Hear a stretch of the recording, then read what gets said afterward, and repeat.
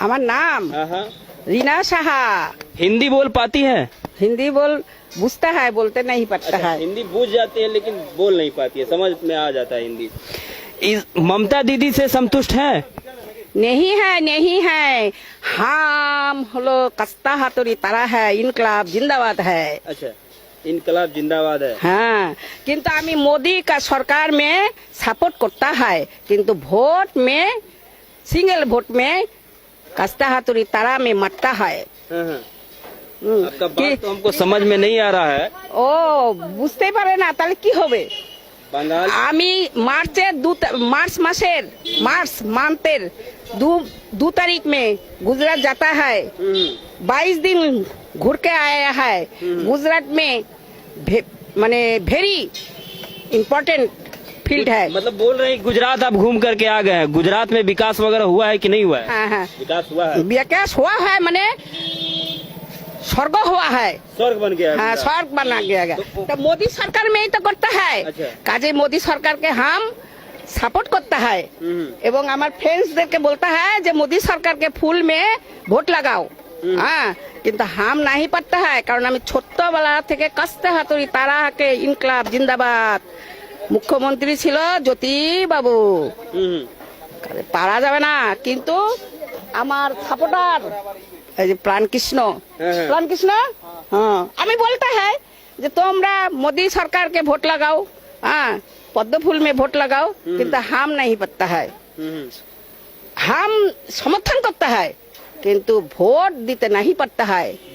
Vote नहीं दे पाते हैं? क्यों नहीं वोट दे पाते हैं? हमार गोविंद एक है।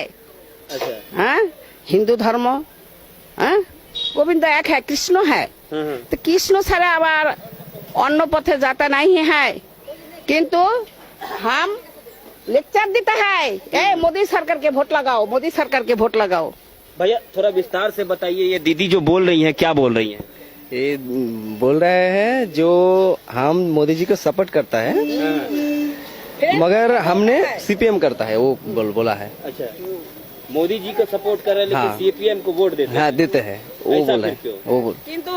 কিন্তু পাবলিসিটি করতে হয় যে এই ভাই के बहन के तोरा मोदी जी के वोट लगाओ, गुजरात में अच्छा स्वर्ग है। तो वैसा स्वर्ग बंगाल में भी तो बनना चाहिए ना? नहीं नहीं, हाँ बंगाल में चाहिए, किंतु 100 वर्ष लगবে, 100 वर्ष 100 बरस लग जाएगा। लग जाएगा। बंगाल के गुजरात बनाता है, नहीं पड़ता है। अच्छा, कारण बंगाल में खाली खाता है, सरकार के टाका आता है और सन्त्रास करता है, और पार्टी में जो लीडर है खाता है, भूख लगाता है और खाता है।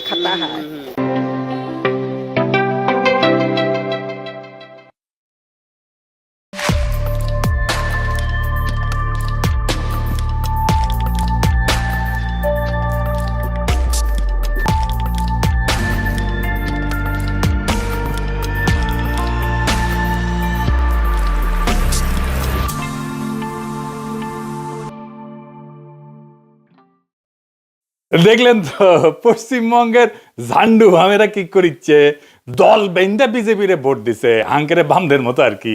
গত ইলেকশনে আওয়ামী লীগ বামেরা দল বেঁধে যেমন বিএনপিরে ভোট দিছিল উনকা আর কি। ফলাফল তো দেখিছেন, মমতা এবং তৃণমূল ধরাশায়ী হয়েছে, বিজেপি বিপুল ভোটে ভূমিধ্বস বিজয় পাইছে। বিজয়ী হইয়ায় বিজেপি মুসলমানদের বাসাবাড়ি দোকানপাটের উপরে হামলায় পড়ছে, লুটপাট অগ্নিসংযোগ চলতেছে ব্যাপকভাবে।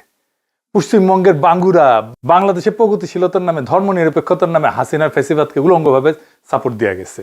এখন হিন্দুত্ববাদের নামে ফ্যাসিবাদের কবলে পড়িছে।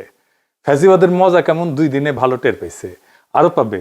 যদিও এই আক্রমণের লক্ষ্য হবে মুসলমানেরা প্রাথমিকভাবে, কিন্তু এই ফ্যাসিবাদের আগুন থেকে কেউ রক্ষা পাবে না।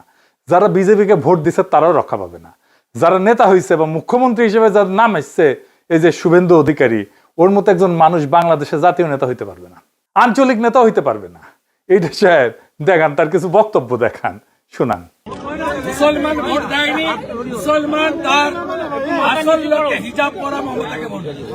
বাংলাদেশি মুসলিম অনুপ্রবেশকারী নোয়াখালী চলে যা, ভাগো ভাগো ভাগো।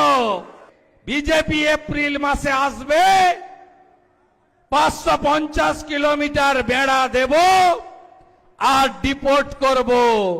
সাতক্ষীরা চলে যা, নোয়াখালী চলে যা, খুলনা চলে যা, যেদিক দিয়ে এসেছিস ওই রাস্তা দিয়ে পালিয়ে যা। যদি সনাতনের বাচ্চা হয়ে থাকে এদের মুখ দিয়ে চৌরাস্তায় দাঁড় করিয়ে জয় শ্রীরাম বলা হয়। বাংলাদেশের সঙ্গে যুদ্ধ ভারতের কাছে তো কয়েকদিনের ব্যাপার নয়, কয়েক মিনিটেই ফয়সলা হয়ে যাবে। মোল্লা ইউনুস সহ গোটা ঢাকা চাপা পড়ে যাবে। এদেরকে কেউ কাউন্টই করে না, মশা মাছি। এই রাজাকারের বাচ্চা, হেফাজতের বাচ্চা, যাহাই ইউনুস তাহাই মমতা। এবং প্রায় ৮০ লক্ষ থেকে ১ কোটি বহিরাগত রোহিঙ্গা মুসলমান এখানে ঢুকে আমাদের রাজ্য কার্যত দখল করে নিয়েছে। जैसे इजराइल सिखाया गाजा में, उस तरीके से हमारी भारत की 100 करोड़ हिंदू। শুনিছেন? আচ্ছা রিটা সাহেব, ওই যে দেখান, ওই যে বাংলাদেশিদের দর বলে যে ধাওয়া করেছিল, ওটা দেখান।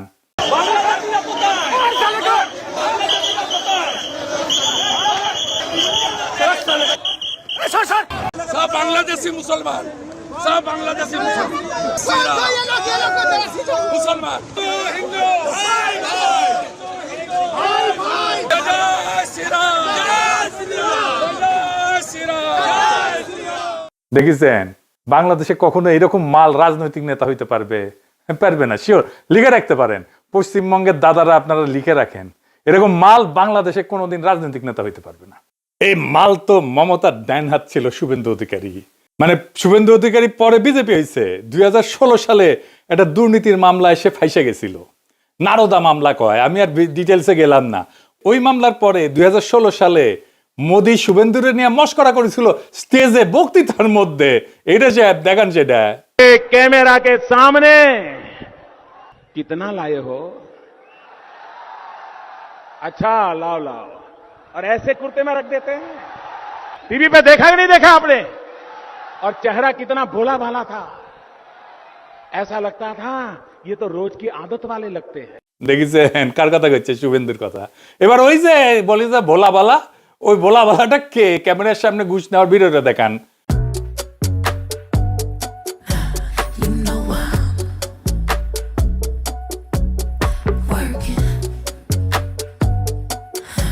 You know I'm দেখেছেন একের আঙ্কের শিলং সালাউদ্দিন বরাবর না, যারে বিদেশি নাগরিক বলে সরকার থেকে বের করে দিতে কইছিল, তার এই ক্যাবিনেটে পাশে বসায়। দেখান ওই ভিডিওটা আবার। আপনার সরকারে একজন বিদেশি নাগরিককে আপনি জাতীয় নিরাপত্তা উপদেষ্টা করেছেন। আপনার কি সেই আক্কেল জ্ঞান নাই? একজন বিদেশি নাগরিকের কাছে এই দেশের সেনাবাহিনী নিরাপত্তা সংক্রান্ত রিপোর্ট প্রদান করবে কিভাবে ভাবলেন? সেই জাতীয় নিরাপত্তা উপদেষ্টাকে আপনি বিদায় করুন। সেই জাতীয় নিরাপত্তা উপদেষ্টা হয় নিজে পদত্যাগ করবে, না হয় আপনি তাকে বিদায় করবেন। এই দেশের নিরাপত্তা সংক্রান্ত কোন জাতীয় দায়িত্ব বিদেশি নাগরিকের হাতে থাকতে পারে না। দেখেছেন এদের কোনো মরাল আছে? মরাল নাই, কোনো নৈতিকতা নাই। যাই হোক, আসল আলাপে আসি। আজকের আলোচনায় কয়েকটা বিষয় আলোচনা করব। প্রথমত বাঙ্গুদের নির্বাচন নিয়ে একটা বয়ান জয় বাংলা করা, মানে ওরা কইতেছে বাংলাদেশে ভারত বিরোধিতাই ইন্ডিয়ায় বিজেপির উত্থানের জন্য দায়ী। তারপরে একটা বিষয় আলোচনা করবো, মমতা হারায়, বিজেপি হারায়, আমাদের জন্য কি বদলাইলো, মমতা কেন হারলো, আর আমাদের রাজনীতিতে কি করতে হবে। আসেন আমরা আল্লাহর নামে শুরু করি। 2017 সালে পশ্চিমবঙ্গের রামনবমী মিছিল করছিল বিজেপি, প্রথম স্লোগান দিল জয় শ্রীরাম। তো মমতা এটার জবাব খুঁজলেন, জবাব হিসেবে বেছে নিলেন জয় বাংলা। ফ্যাসিস্ট আওয়ামী লীগের স্লোগান নিল মমতা। কুফা লাগিছে, কুফা বুঝে নাই, মমতার ওই জয় বাংলার কুফা লাগিছে। জয় বাংলা যে নিজের গলায় তুলে নিবি, ওই জয় বাংলা হবি। হ্যাঁ, নির্বাচনী ম্যানিফেস্টোতে এপ্রিলে তৃণমূল, এটার এপি সেন্টার ছিল হইতেছে জয় বাংলা। জয় বাংলা পশ্চিমবঙ্গে একটা ঝামেলার নাম। 1971 পশ্চিমবঙ্গে 1 কোটি শরণার্থী গেল, চোখ উঠছিল, চোখ ওটা রোগ ছড়াইলো। বেশিরভাগ রিফিউজি ক্যাম্পে, কিন্তু রিফিউজি ক্যাম্পের বাইরেও সংক্রমিত হইল চোখ ওটা। ওই রোগের নাম হইল জয় বাংলা রোগ। হ্যাঁ, চোখ ফুলে লাল হইতো, এত বড় বড় ছড়া বানাইলো। জয় বাংলার লোক ঢেলা ঢেলা চোখ, কেমন যাওরা দেখেন। আবার আমরা মাছ খাইতাম, মাছ ধরতো ওরা রিফিউজি ক্যাম্পের লোকেরা, আর কিছু মাছ খাইতো, কিছু মাছ বিক্রি করতো রিফিউজি ক্যাম্পের লোকেরা। তো ওরা কইতো, কবিতা কইতো, জয় বাংলার লোক ঢেলা ঢেলা চোখ, ভাতের দিকে যেমন তেমন মাছের দিকে চোখ। এই জয় বাংলা নিজের ইলেকশন ডক্ট্রিন কেউ বানায় বলেন?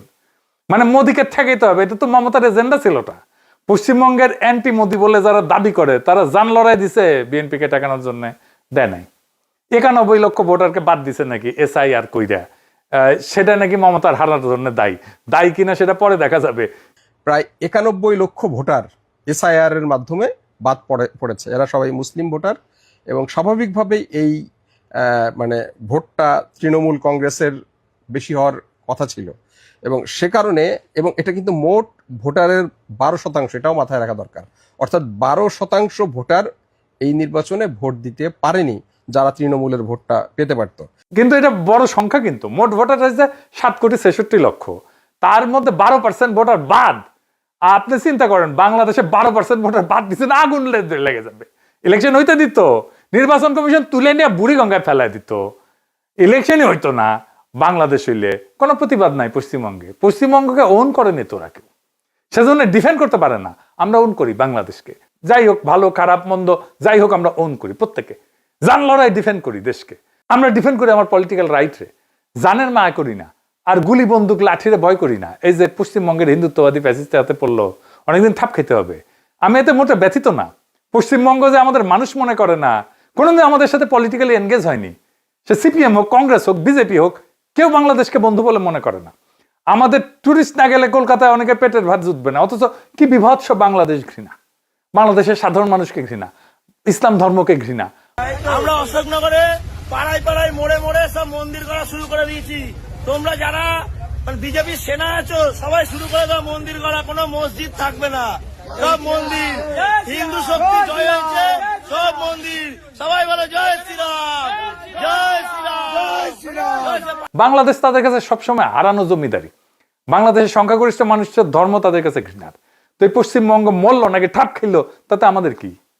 ওরা নিজের শক্তিতে মোদিরে জীবনে হটাইতে পারবে না, কয়ে দিলাম, লিখে রাখেন। ওই হ্যাডম তাদের নাই।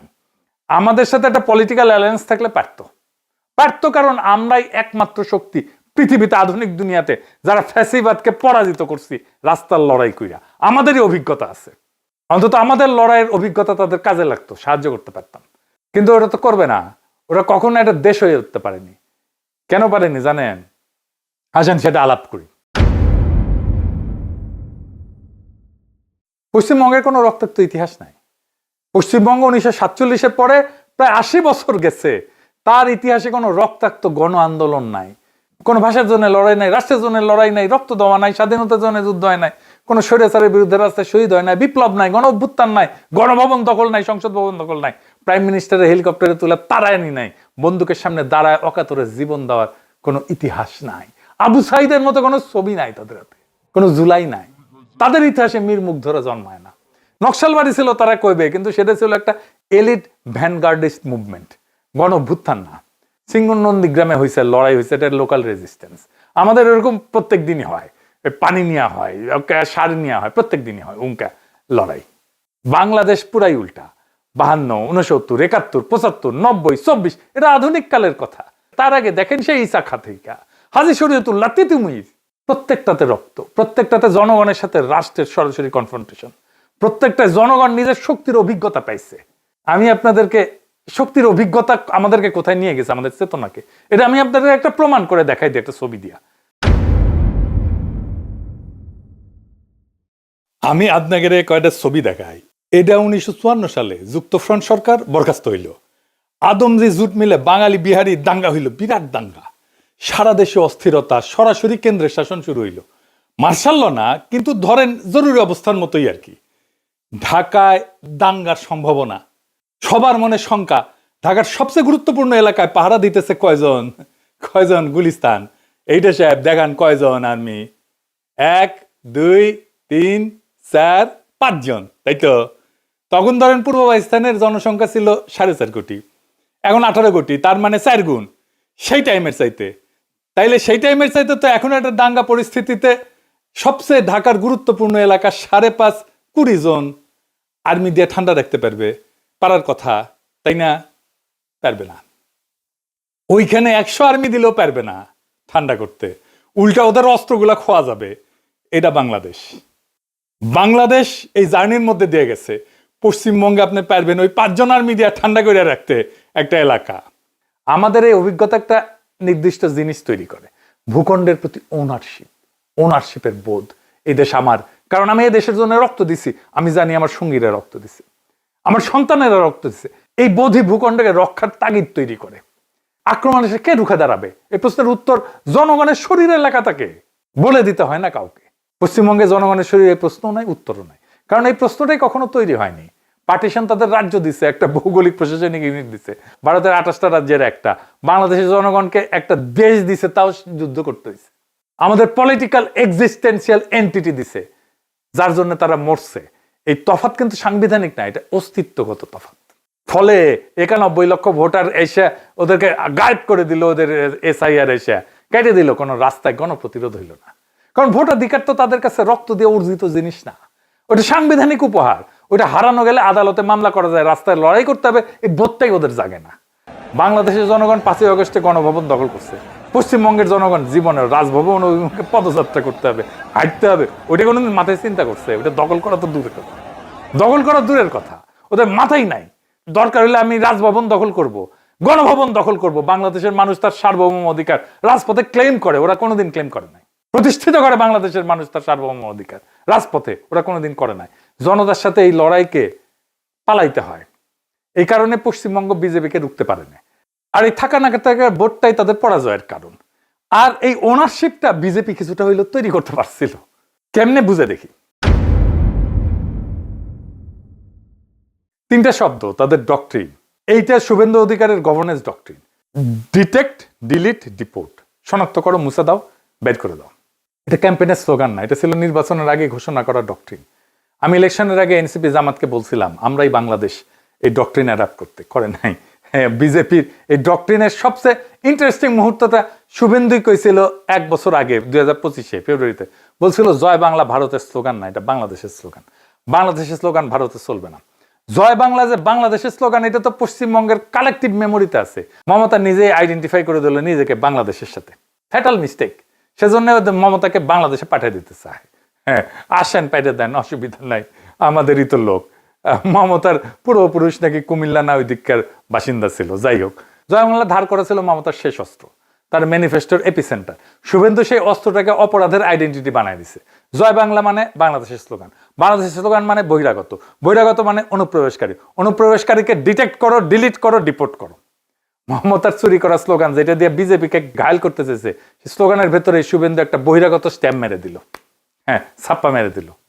একদম জিনিয়াস কাজ করছে, ভয়ঙ্কর রকমের জিনিয়াস কাজ করছে একটা। এই ডিটেক্ট, ডিলিট, ডিপোর্টই এটা পশ্চিমবঙ্গের নতুন গভর্নেন্সের ভাষা। তারা রক্ষা করতে চায়, এই টেরিটরিকে রক্ষা করতে চায়, অন করতে চায়। এটা ক্যাম্পেইন রেটরিক না, এটা একজন মানুষের ঘোষণা। রাষ্ট্রক্ষমতা পাইলে সে কিভাবে ব্যবহার করবে, এই যে তার কথা, যে মানুষ পশ্চিমবঙ্গের মুখ্যমন্ত্রী হইতে যাইতেছে বা হয়ে গেছে। এখন একটা প্রশ্ন, মমতা কেন একটা চুরি করা স্লোগানের উপর শেষ পর্যন্ত নির্ভর করতে বাধ্য হইলেন? কারণ তার নিজস্ব স্লোগান, নিজস্ব ভাষা ছিল না, উত্তর ছিল না। কারণ পশ্চিমবঙ্গের কোনো রাজনৈতিক দলেরই নিজস্ব মতাদর্শ নাই। শুনতে খুব খারাপ লাগবে, কিন্তু এটাই সত্য। নিজস্ব ভাষা নাই, নিজস্ব রাজনৈতিক বয়ান নাই, অভিজ্ঞতা নাই, তাই ধার করতে হয়। আর ধার করার কাছের জায়গায় বাংলাদেশ।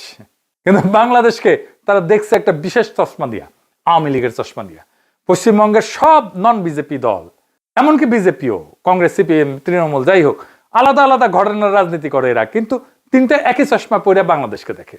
3টাই আওয়ামী লীগের চশমা পরে বাংলাদেশকে দেখে। 3টাই আওয়ামী লীগকে দেখে তাদের বাংলাদেশের স্বাভাবিক প্রতিনিধি হিসেবে, বাংলাদেশের জনগণকে দেখে না। তাই অন্ধত্ব কেন? কারণ আওয়ামী লীগ ছিল 71 পরবর্তী বাংলাদেশের সেকুলার বাঙালি মুখ। পশ্চিমবঙ্গের সব সেকুলার রাজনীতি সেই মুখে নিজের প্রতিচ্ছবি খুঁজে পেত, পরে বিজেপিও খুঁজে পেত। সেই আওয়ামী লীগের মাধ্যমে তাদের হারানো জমিদারি ফিরে পাওয়ার স্বপ্ন দেখত। সে যে গৌরী প্রসন্ন মজুমদার একটা গান লিখছিল মুজিবকে নিয়ে, আবার লিখছে কলকাতার মানুষ গৌরী প্রসন্ন মজুমদার, গাইছেও কলকাতার মানুষ অংশুমান রায়। মানে এটা কলকাতার সুপ্ত স্বপ্ন তাদের মুখে এটা ধ্বনিত হয়েছে, তাদের স্বপ্নের কল্পনা লেখা আছে ওই গানে। শোনো একটি মুজিবরের থেকে লক্ষ মুজিবরের কণ্ঠস্বরের ধ্বনি প্রতিধ্বনি, আকাশে বাতাসে ওঠে রনি, বাংলাদেশ আমার বাংলাদেশ। সেই সবুজের বুকসেরা মেঠো পথে আবার যে যাব ফিরে, আমার হারানো বাংলাকে আবার তো ফিরে পাবো, শিল্প কাব্যে কোথায় আছে, হায় রে এমন সোনার খনি। বোঝা যায় বাংলাদেশ তার কাছে সেই হারানো সোনার খনি, মুজিব সেই সোনার খনি আবার ফিরে পাওয়ার মওকা করে দিছে ওদেরকে। ফলে বাংলাদেশের জনগণের রাজনৈতিক অভিজ্ঞতা 52, 69, 71, 75, 90, 24 এই রক্তাক্ত ইতিহাসকে আলাদাভাবে ওদের বুঝে দেখার দরকার পড়েনি কেন তারা বারবার এইভাবে রক্ত দিল। তাই মমতা বা পশ্চিমবঙ্গ বাংলাদেশের শক্তিটা দেখতে পায়নি, কখনো না। তাই বাংলাদেশের কাছ থেকে কিছু নিতে হবে এটা কল্পনাতেই আসেনি, তার কাছ থেকে নিতেও পারেনি কিছু। সবসময় বাংলাদেশকে মাটিতে মাথা চেপে রাখতে চাইছে, কখনো তার কাছ থেকে শিখতে চায় নাই। মমতার বা পশ্চিমবঙ্গ কখনো বাংলাদেশের জনগণের সঙ্গে কোনো সম্পর্কই করতে চায় না। কিন্তু দেখেন পশ্চিমবঙ্গের ইকোনমি একটা বড় অংশ দাঁড়ায় আছে বাংলাদেশের উপরে। তারা ইলিশ মাছ নিবে কিন্তু একটা নদীর পানি দিতে রাজি না। ইলিশ মাছ ছাড়া তাদের দুর্গাপূজা হয় না, কিন্তু তিস্তার পানি দেবে না, গঙ্গার পানি দেবে না। কিন্তু তারপরেও এগুলোর বাইরেও মমতার পতনের আরো কয়েকটা গভীর কারণ ছিল। আসেন সেই 3টা কারণ একটু দেখি। মমতার রাজনৈতিক ভিত্তি দাঁড়াইছিল 3টা স্তম্ভে। হাসিনার পতনের পরে 18 মাসে 3টা স্তম্ভই ভেঙে পড়ছে। প্রথম স্তম্ভ ছিল মুসলিম ভোট। এসআইআর করে 91 লক্ষ নাম বাদ দিছে, এর মধ্যে বেশিরভাগই অনুপাতে মুসলিম ভোট। তৃণমূলের সবচেয়ে নির্ভরযোগ্য ভোট ভিত্তি এটা ধ্বংস হয়ে গেছে। দ্বিতীয় স্তম্ভ হইতেছে সাংস্কৃতিক এবং বুদ্ধিবৃত্তিক। মমতার আইডেন্টিটি ছিল সেকুলার বাঙালি। হাসিনা শাসনকে যে সেকুলার বাঙালি পরিচয় দিত, সেই পরিচয়ের কারখানা মূলত পশ্চিমবঙ্গে। কলকাতার সাংবাদিক, চলচ্চিত্রকার, সাহিত্যিক, অধ্যাপক, বুদ্ধিজীবী, আনন্দবাজারের কাভারেজ, তারপরে যাদবপুর প্রেসিডেন্সির বুদ্ধিবৃত্তিক বলয়, কলকাতার সিনেমা ফেস্টিভ্যাল, বাংলাদেশের সরকারি অনুষ্ঠানে কলকাতার শিল্পীদের আমন্ত্রণ, এইটা পুরা জাল। এইটা দুই পক্ষের জন্য গুরুত্বপূর্ণ ছিল। কেন? কারণ হাসিনা শাসন যত বাংলাদেশের ভেতরে নির্বাচনী বৈধতা ছিল, তত বাইরের সাংস্কৃতিক বৈধতার উপরে নির্ভর করতে হচ্ছিল। কলকাতার এই বলয় ছিল সেই বৈধতার কারখানা। আমরা পরে দেখবো যে হাসিনার বয়ানগুলো ইন্ডিয়া থেকে তৈরি হয়ে আসতো। আমরা দেখবো আজকে একটা এক্সাম্পল দিয়ে দেখাবো যে কিভাবে হাসিনার বয়ান তৈরি করে দিত। তো তৃণমূলের ঘনিষ্ঠ অনেকে এই জালের মধ্যে ছিল, বিজেপির সাথেই ছিল। এই সম্পর্ক যতদিন চলছিল পশ্চিমবঙ্গের রাজনৈতিক কল্পনা একটা কৃত্রিম আয়নায় আটকাইছিল। বাংলাদেশকে আলাদা স্বতন্ত্র সত্তা হিসেবে দেখার দরকার পড়েনি, কারণ কলকাতার নিজস্ব বুদ্ধিজীবী শ্রেণী হাসিনার বাংলাদেশকে আসল বাংলাদেশ হিসেবে দেখতো, প্রচার করত। মমতার সেকুলার বাঙালি পরিচয়ের জন্য এই আয়নাটা অপরিহার্য ছিল, কারণ তাছাড়া তার সেকুলার বাঙালি পরিচয় দাঁড়ায় না। কারণ আয়নায় তিনি দেখতেন ওই পাশেও আছে আমার মতোই ভাবনার মানুষ, আমি একা না, হাসিনাও আমার মতোই। তো 5ই আগস্ট 2024 সে হারান্নার চঞ্জন তীরা ভেঙে পড়ল। কলকাতা হঠাৎ আবিষ্কার করলো যে তাদের প্রচার করা ছবির সঙ্গে আসল বাংলাদেশের সম্পর্ক প্রায় শূন্য। এতদিন তারা যাকে বাংলাদেশ ভাবছিল সেটা ছিল একটা ক্ষমতাবান গোষ্ঠীর সেলফ ইমেজ, যার সাথে বাংলাদেশের সাধারণ মানুষের কোনো যোগ নাই। তো ফলে সাথে সাথে মমতার সেই সেকুলার বাঙালি বলে ইমেজ যেটা, সেটা ফাঁপা হয়ে গেল। কারণ আয়নার ওপাশে আর কেউ নাই। তার যে প্রতিচ্ছবি, তার তো একটা প্রতিচ্ছবি ফেরত পাঠাইতে হবে ওই পাশ থেকে, সেটা আর ফেরত আসে না। 3 নাম্বার হইতেছে বস্তুগত অর্থনীতি। কলকাতার মার্কুইস স্ট্রিট আছে না, Kyd street, Esplanade, new market, এই এলাকার নাম ছিল মিনি বাংলাদেশ। মানে বাংলাদেশের ট্যুরিস্ট দিয়ে ওটা চলতো। বাংলাদেশের রুগী, বাংলাদেশের ক্রেতা, বাংলাদেশের পর্যটক। 5ই আগস্টের পরে ভিসা বন্ধ, সব বন্ধ হয়ে গেল। কি হইল? 1 বছরে কেউ কেউ বলেন 5,000 কোটি টাকা লস হয়েছে এর ফলে কলকাতার। তার অর্থনীতি থেকে নাই হয়ে গেছে। হোটেল ফাঁকা, হাসপাতাল বন্ধ, মার্কেট ধুধু করে। এই হিসাবটা মাথায় রেখে একটা পুরোনো ঘটনা মনে করাই দিই। হাসিনা পতনের মাত্র 2 সপ্তাহ আগে 21শে জুলাই 2024 তৃণমূলের শহীদ দিবসের সমাবেশে ধর্মতলায় মমতা মঞ্চে দাঁড়ায় বললেন যে বাংলাদেশ নিয়ে আমি কিছু বলতে পারি না, এটা আলাদা দেশ, ভারত সরকার যা বলার বলবে, কিন্তু কেউ অসহায় হয়ে বাংলার দরজা এলে আমরা আশ্রয় দেব। বিজেপি 2 বছর ধরে একটা বাক্যকে অস্ত্র বানাইছে। শুভেন্দু বলছে মমতা অনুপ্রবেশকারীদের জন্য দরজা খুলে দিচ্ছেন। এই অনুপ্রবেশের সময় তারা বলছে যে আশ্রয় তো দিদি দিচ্ছে। মমতা যেটাকে মানবিক প্রতিশ্রুতি হিসেবে বলছে, সেটাই বিজেপির হাতে অনুপ্রবেশের উস্কানির সবচেয়ে বড় প্রমাণ হয়ে দাঁড়িয়েছে। আর এই অভিযোগের সঙ্গে যোগ হইল বাস্তব ক্ষতি। এখন বলেন মার্কুইস স্ট্রিটের যে ব্যবসায়ী, তার হোটেল দোকান চলতো বাংলাদেশি ক্রেতা দিয়ে, 2 বছর ধরে আয় নাই, ব্যাংকের কিস্তি বাকি, কর্মচারী চলে গেছে। ও তো তৃণমূলের ভোটার ছিল, ও এখন কাকে ভোট দেবে? তৃণমূলকে দেবে? তৃণমূল কিছু করছে তাদের জন্য? করে নাই। সে বাঁচার একটা রাস্তা খুঁজবে, সে বাঁচার রাস্তা খোঁজার জন্য বিজেপির দিকে চলে গেছে আপোষে। শুভেন্দু যখন এসে বলে যে আমি 100 কোটি বাংলাদেশিকে পুশব্যাক করব, তো ওই ব্যবসায়ীরা তখন কি শোনে? তারা শোনে কেউ একজন আমার দিকে তাকাইতেছে, কেউ একজন আমার ভাঙা ব্যবসার জন্য কাউকে দায়ী করতেছে, বাংলাদেশকে দায়ী করতেছে। কেউ একজন বলতেছে সমাধান আছে, যুক্তি ভুল হোক, সমাধান ভুল হোক, কিন্তু মুখ ফেরানোর ভঙ্গিটা তো সঠিক। সে তো বলতেছে আমি কিছু করব। আর বিজেপি যখন বলে মমতাই তো অনুপ্রবেশ ডেকে আনছেন, নিজে বলছে দরজা খুলে দেবেন, তখন এই ব্যবসায়ীদের কাছে যুক্তিটা আরো পোক্ত হয়। হাসিনা পড়ার পরে এই ভিসা বন্ধ করে দেওয়ার পরে কলকাতার সবচেয়ে বেশি ক্ষতিগ্রস্ত হয়েছে। মমতা কিছু বলছে? কোনো ব্যবস্থা নিছে? কিচ্ছু বলে নাই। মমতা নিজেই বিজেপির হাতে সবচেয়ে বড় অস্ত্রটা তুলে দিছে। আর এই পুরো ছবির গোড়ায় কি? বাংলাদেশ, যে বাংলাদেশের জনগণের চলাচল, যে চলাচল পশ্চিমবঙ্গের অর্থনীতিকে চালাইতো, মমতা সেই জনগণকে কোনোদিন রাজনৈতিকভাবে স্বীকারই করেনি, তার সঙ্গে সম্পর্ক করেনি, তার নেতৃত্বের সঙ্গে সংলাপ করেনি, শুধু অসহায় শরণার্থীর বিমূর্ত ছবি দেখছে, কিন্তু তার সাথে পলিটিক্যালি এনগেজ হয়নি। আমি প্রফেসর ইউনূসের সরকারকেও বলছিলাম যে মমতার সাথে এনগেজড হন, পলিটিক্যালি এনগেজড হন। প্রফেসর ইউনূস তো বেশি বোঝে, সবার থেকে বেশি বোঝে, হয় নাই? এটা শুধু মমতাকে না, বাংলাদেশেরও উপকার হইতো। ফলে যখন সেই জনগণের নিজের রাজনীতিতে ভাঙন আসলো, মমতার কাছে কোনো ভাষা নাই, কোনো সংযোগ নাই, কোনো কৌশল নাই। একটা পুরনো প্রতিশ্রুতি যেটা এখন তার বিরুদ্ধেই অস্ত্র। বাংলাদেশের জনগণ চলে গেল, সাথে গেল মার্কেট স্ট্রিট, ব্যবসা গেল, সাথে গেল মমতার ভোটারের রুটি, আর সেই ভোটার এখন বিজেপির হাতে। মমতা যাকে দেখতে চাননি পলিটিক্যাল পার্টনার হিসেবে, সেই বাংলাদেশের জনগণের অনুপস্থিতি তাকে ক্ষমতা থেকে নামাই দিল। এই দিকটা কিন্তু কেউ দেখতেছে না। মমতা যাদের আশ্রয় দেওয়ার প্রতিশ্রুতি দিয়েছিলেন, সেই প্রতিশ্রুতি তার সরকার বাঁচানোর শেষ আশা বন্ধ করে দিল। এখন এই যে পশ্চিমবঙ্গে যা হইলো, এটা কি শুধু পশ্চিমবঙ্গেরই গল্প? না, এই একই দিনে তামিলনাড়ুতে স্ট্যালিন হারলো। 91 থেকে কোনো নির্বাচনে কিন্তু উনি হারেননি। 35 বছর পর প্রথম কেরালায় বাম সরকার পড়ে গেল। বাম সরকার পড়লো, কেরালা বামপন্থীদের একটা খুঁটি। 2 বছর আগে ওড়িশায় বিজেডি পড়লো। 24 বছরের শাসনের শেষে বিহারের নীতিশ কুমার বিজেপি বিরোধী জোট ছেড়ে বিজেপির সঙ্গে চলে গেলে। মহারাষ্ট্রে, যে রাজ্যে মুম্বাই ভারতের অর্থনৈতিক রাজধানী, সেখানে বিজেপি 2টা বড় বিরোধী দলকে ভেতর থেকে ভেঙে ফেলছে। দিল্লিতে কেজরিওয়াল নিজের আসন হারাইছে। ভারতের 36টা রাজ্য আর কেন্দ্রশাসিত অঞ্চল বিজেপি চালায় 22টা। কোথাও জিতে, কোথাও ভাঙায়, কোথাও মামলা ঠুকে। এটা কোনো নির্বাচনী প্রবণতা না, এটা একটা সাম্রাজ্য। ভারতের প্রায় কোনো রাজ্যে এখন এমন কোনো মুখ্যমন্ত্রী নাই যিনি কেন্দ্রকে সরাসরি চ্যালেঞ্জ করবেন। স্ট্যালিন করতেন, মমতা করতেন, কেজরিওয়াল করতেন। 3 জনেই একই সাথে ধপাস করে পড়ছে। ভারতে এখন একটাই আওয়াজ, মোদির আওয়াজ, হিন্দুত্ববাদের আওয়াজ। কিন্তু এই বিরাট ছকে একটা ব্যতিক্রম আছে, মাত্র একটা, তামিলনাড়ু। স্ট্যালিন হারছে, কিন্তু কার কাছে? কে জিতছে? বিজেপি না, থালাপাতি বিজয়। আপনারা জানেন, চলচ্চিত্রের তারকা। 2 বছর আগে দল তৈরি করছে, 108টা আসন পাইছে। ভারতের সব রাজ্যের মধ্যে এটাই একমাত্র জায়গা যেখানে বিজেপিকে আনেনি, কিন্তু নতুন দল আসছে। কেন? কারণ তামিল পরিচয়ের চারপাশে একটা বর্ম আছে। এই বর্ম আকাশ থেকে পড়েনি, 70 বছরের রাস্তার লড়াই থেকে গড়া। পেরিয়ার, আন্না, করুণানিধি, 65-তে হিন্দি আরোপণের বিরুদ্ধে দাঙ্গা, তাতে রক্ত, ভাষার জন্য আত্মাহুতি। তামিলরা জানে, তারা লড়তে জানে, তার কারণ তারা লড়ছে। পশ্চিমবঙ্গে সে অভিজ্ঞতা নাই। আর বাংলাদেশের অভিজ্ঞতাকে আওয়ামী চশমা দিয়ে দেখায়, সে দরজাও বন্ধ। 2 দিক থেকে বর্মহীন। হিন্দুত্ববাদ এখন একটা প্রকল্প না, এটা একটা সাম্রাজ্য। আর এই সাম্রাজ্যের কোনো সীমানা থাকে না। ওই সাম্রাজ্য আমাদের দিকে ধায় আসবে। ঠিক কিভাবে আসবে আমরা এখনো নিশ্চিত না। যখন আসবে তখন আমরা সেটাকে মোকাবেলা করব। কিন্তু এবারে আসেন আমাদের দেশের ভিতরে কিছু ইন্ডিয়ান ল্যাসপেন্সার নিয়ে কথা বলি। বাংলাল্যান্ডের মাথা মাথা বুদ্ধিজীবীরা পশ্চিমবঙ্গে ফলাফল ব্যাখ্যা করতেছে একটা সহজ তত্ত্বে। বাংলাদেশে ভারত বিরোধিতার জন্য ইন্ডিয়া পশ্চিমবঙ্গে বিজেপি আসিছে। বাংলাদেশে যারা ভারতের আগ্রাসনের বিরোধিতা করে তারা আসলে রয়ের এজেন্ট।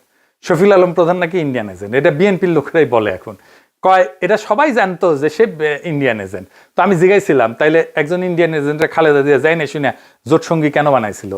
তাইলে তো আইয়ুব ইয়াহিয়া টিক্কা খানরে আমাদের জাতির পিতা বানানো উচিত, কারণ তারাই তো আমাদের ক্ষমতা নিতে দেয়নি মুজিবরে। ক্ষমতা নিতে না দেওয়ার ফলে চালচালায় বাংলাদেশ স্বাধীনতা পেয়ে গেছে, আমাদের মনে স্বাধীনতার স্বপ্ন জাগছে, তাহলে তো ওদেরকে আমাদের জাতির পিতা করা উচিত। তাহলে তো ট্রাম্প ইরানের সবচেয়ে বড় এজেন্ট, যুদ্ধই শুরু করে দিছে। মুইজু তো তাহলে ইন্ডিয়ান এজেন্ট, হিটলার তো তাহলে ইহুদিদের বন্ধু, তাই না?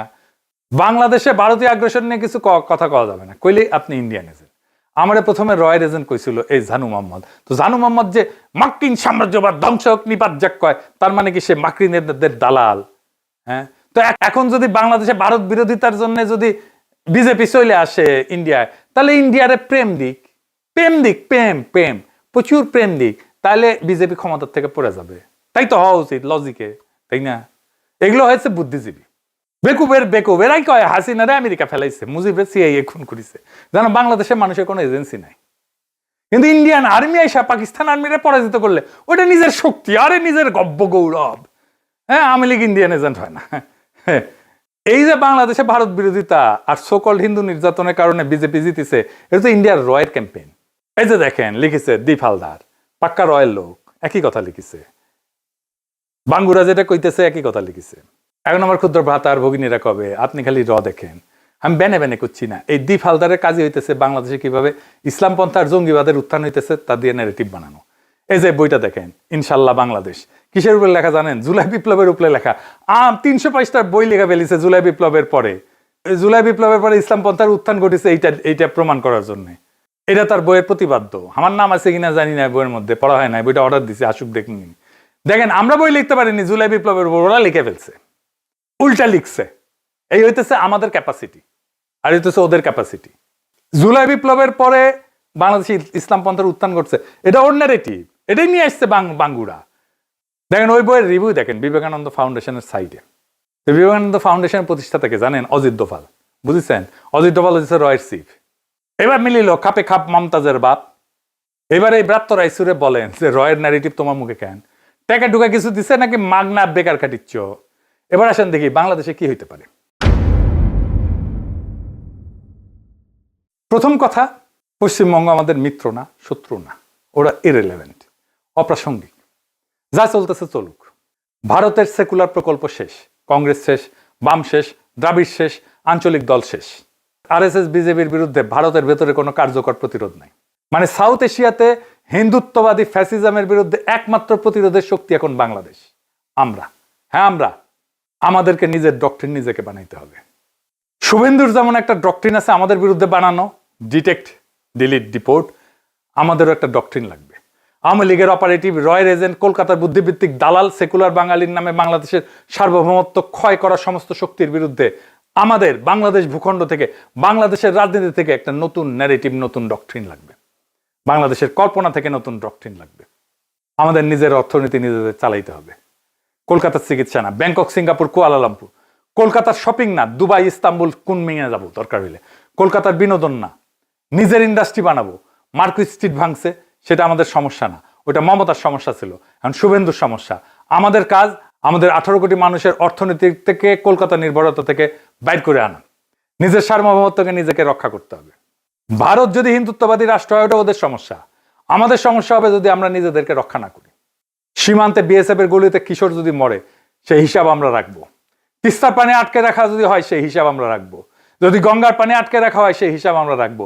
দিল্লি থেকে, আগরতলা থেকে, কলকাতা থেকে যে ন্যারেটিভ বোম্বার্ডমেন্ট হবে সেইটা আমরা কাউন্টার করব নিজের ভাষায়, নিজের প্ল্যাটফর্মে, নিজের শর্তে। পশ্চিমবঙ্গ পড়ছে কারণ পশ্চিমবঙ্গের জনগণের শরীরে কোনো রক্তের স্মৃতি নাই। বাংলাদেশের জনগণের কালেকটিভ মেমোরিতে শুধু প্রতিরোধী আছে। সেই ইসাখার আমল থেকে প্রতিটা প্রজন্মের শরীরে শুধু প্রতিরোধের গল্প, রক্ত দেওয়ার গল্প, ভূখণ্ডকে রক্ষা করার গল্প। মা বাবার শরীরে যেটা ছিল সন্তানের শরীরের সাথে সংক্রমিত হয়েছে। আবু সাইদ যখন বুক পেতে দাঁড়াইছিল, ওর পেছনে দাঁড়াইছিল ইসাখা, তিতুমির, হাজী শরীয়তুল্লাহ, 52 সালাম, 69 আসাদ, 71 বীরশ্রেষ্ঠরা, আর 90 নূর হোসেন। প্রজন্ম থেকে প্রজন্মের রক্তের স্মৃতি বহমান আমাদের শরীরে। এটাই আমাদের একমাত্র বর্ম, এটাই আমাদের একমাত্র সম্পদ, এটাই আমাদের একমাত্র রাজনীতি। মমতা গেছে, স্ট্যালিন গেছে, বাম গেছে, নবীন গেছে, উদ্ধব গেছে, জগন গেছে, নীতিশ আত্মসমর্পণ করছে। পুরো সাউথ এশিয়াতে একটা জায়গাতে হিন্দুত্ব ফ্যাসিজমের সামনে একটা প্রাচীর দাঁড়ায় আছে। পদ্মার উত্তরে, মেঘনার পশ্চিমে, আমাদের মাটিতে মোদির হিন্দুত্ববাদের পরাজয় হবে আমাদেরই হাতে। কারণ দুনিয়াতে একমাত্র আমাদেরই আছে আজকের দুনিয়ায় ফ্যাসিবাদের সাথে লড়াই করে পরাজিত করার অভিজ্ঞতা আর গৌরব। তাই আমাদের পথ দেখাতে হবে পুরো ভারতবর্ষকে। ভিয়েতনাম দেখাইছিল এক সময় সারা দুনিয়াতে, কিউবা যেমন দেখাইছে এক সময় সারা দুনিয়াকে পথ। আমাদের লড়াই তাদের চাইতে ছোট না। বাংলাদেশ হয়ে উঠবে মজলুমের শেষ আশ্রয়, ফ্যাসিবাদের বিরুদ্ধে সবচেয়ে শক্তিশালী দুর্গ। সেই দুর্গের গর্বিত নাগরিক হয়ে আমাদের লড়াই থাকবে চিরজাগরুক, চিরবহমান। ইনকিলাব জিন্দাবাদ।